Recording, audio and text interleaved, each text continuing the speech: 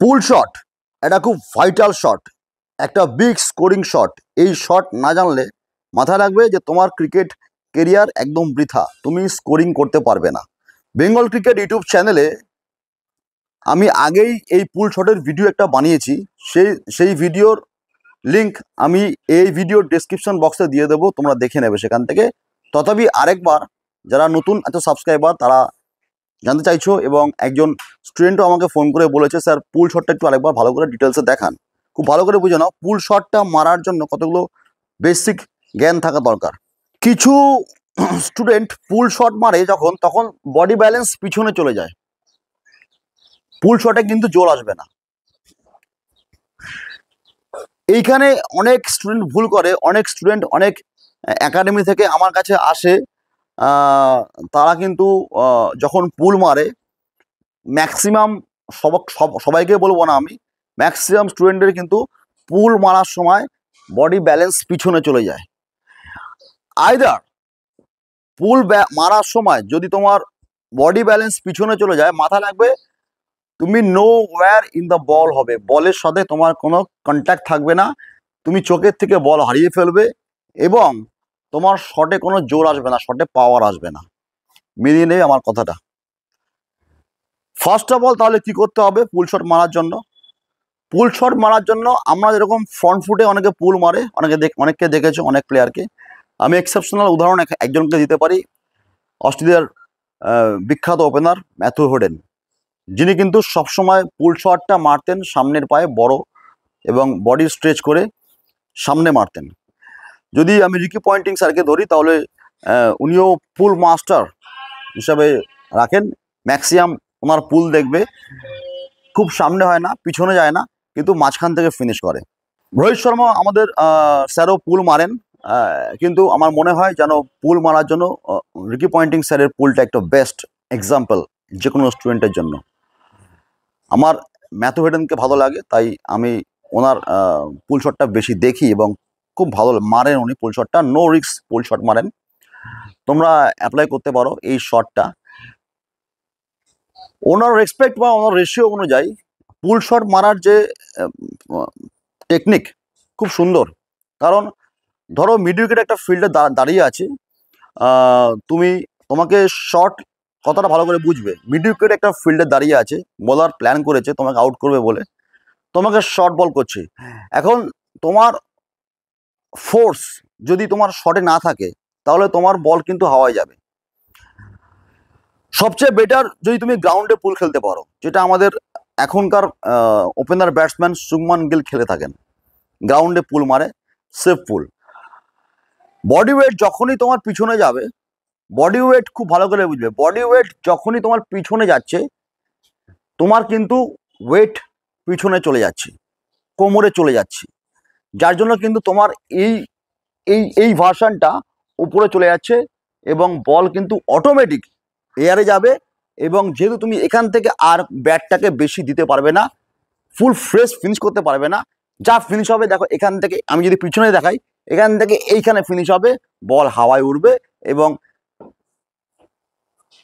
100টা shot খেললে আমি বলে দিচ্ছি একদম মিলিয়ে নেবে, 99টা বল হাওয়ায় যাবে। হ্যাঁ, যদি কানেক্ট হয়ে যায় সম্ভাবনা খুব কম, যদি বডি ওয়েট, ম্যাক্সিমাম স্টুডেন্টের বডি ওয়েট পিছনে চলে যায় তাহলে কিন্তু বেরিয়ে যাবে, আদারওয়াইজ কানেক্ট করাটা খুব মুশকিল। তাই সঠিক ওয়েটা কি আছে একটু বিস্তারিত ভিডিও বানাই, কেউ অধৈর্য হবেন না, বুঝুন, নাহলে মানে বুঝতে পারবেন না কথাগুলো। কেন এই কথাগুলো বলছি? ফ্রন্ট ফুটে পুল মারতে গেলে বেটার, যদি আমি পুল শটটা এইভাবে মারি, যদি আমার বডি ওয়েট সামনে থেকে, যদি আমি এখান থেকে টার্গেট নিয়ে এইটা মারি, দেন বেটার, দেন কিন্তু আমার ফোর্সও পাচ্ছি এবং আমার এই যে এলবো দিয়ে আমার মিটিং পয়েন্টও এলবোর কাছে হচ্ছে। এই যে আমার যখন আমি মিট করছি দেখো চোখের সামনে নিচে এবং bat down swing, body weight সামনে, বা আইদার এটা হতে পারে এখান থেকে নিয়ে পায়ের মাঝখানে মাথা, ওয়েট একদম দুদিকেই সমান, এখান থেকে নিয়ে এইটা।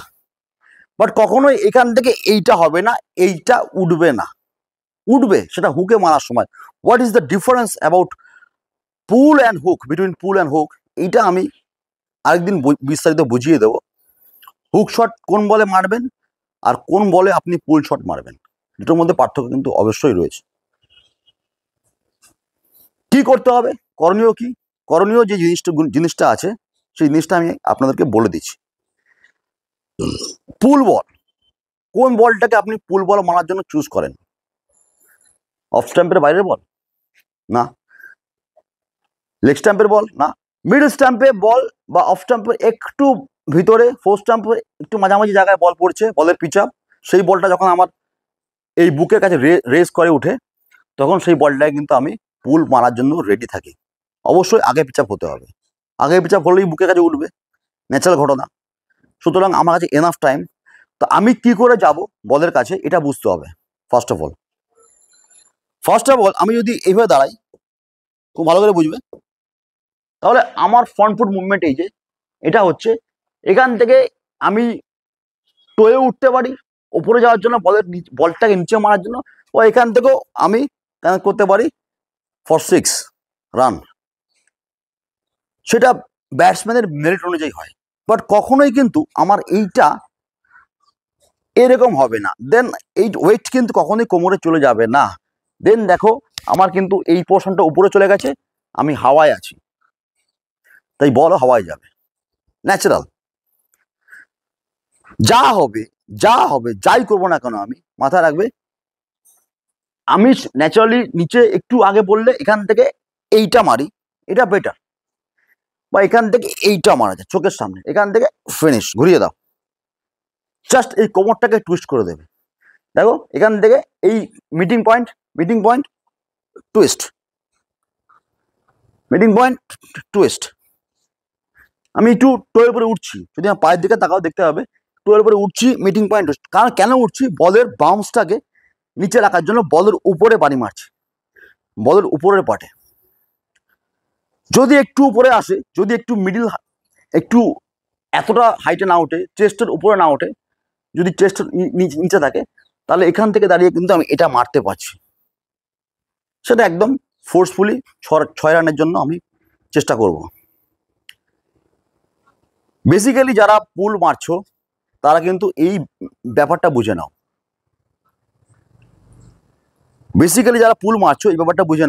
তোমাকে যেতে হবে ফ্রন্ট ফুটেই, বা বডি ওয়েট যখনই বল করলো ব্যাটসম্যান রেডি, যখনই বলার হাত থেকে বল ছাড়লো, তুই সেকেন্ড লাইনে বল পড়লো, অবজারভেশন করলে যখনই বল শর্ট পিচ আপ, তুমি গেলে এখান থেকে এইটা হলে, এবার যদি দেখো এখান থেকেই বল পেয়ে গেলে এখান থেকেই মেরে দিলে, যদি একটু উপরে উঠলো, বুকের উপরে হালকা উঠে গেছে, কোমর এই হাইটে, বুক হাইটে চলে এসে, তখন হালকা টোয়ের উপরে উঠে এখান থেকে নামিয়ে দিলে। কিন্তু কখনোই এই হবে না, এটা ক্রস মার্ক। যা হবে এখান থেকে গিয়ে, এখান থেকে অ্যাডজাস্টমেন্ট, এখান থেকে এইটা হতে পারে, এখান থেকে এইটা হতে পারে। ব্যাট সুইং অলওয়েজ এই যে সুইং, এখান থেকে এই সুইং দেখবে একদম, যদি কানেক্ট করতে পারো, মিড উইকেট দাঁড়িয়ে থাকবে জায়গায়, বল বেরিয়ে যাবে, 4টে রান কনফার্ম, এবং খুবই ভাইটাল শটস। যদি এরপরও কোনো স্টুডেন্টের বুঝতে অসুবিধা হয়, একটাই কথা মাথায় রাখবে, এখান থেকে শোল্ডার ডাউন, এখান থেকে এই যে এইটাকে মিটিং পয়েন্ট চোখের সামনে এই নামিয়ে দেওয়া, জাস্ট কোমরটা টুইস্ট হবে, জাস্ট এখান থেকে কোমরটা টুইস্ট, ফিনিশ।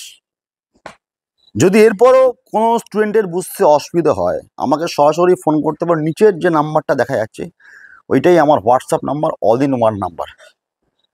কল করে আমাকে জিজ্ঞাসা করতে পারো, ভিডিও পাঠাতে পারো, কোথায় প্রবলেম হচ্ছে আমি খুলে বলবো। 24/7 হেল্পলাইন নাম্বার আছে এটা ক্রিকেটের জন্য। থ্যাংক ইউ সো মাচ, দেখা হচ্ছে পরবর্তী ভিডিওতে। লেগে থাকো, আমি সুব্রত ঘোষ, সঙ্গে রয়েছে আমি Bengal cricketer. Thank you so much.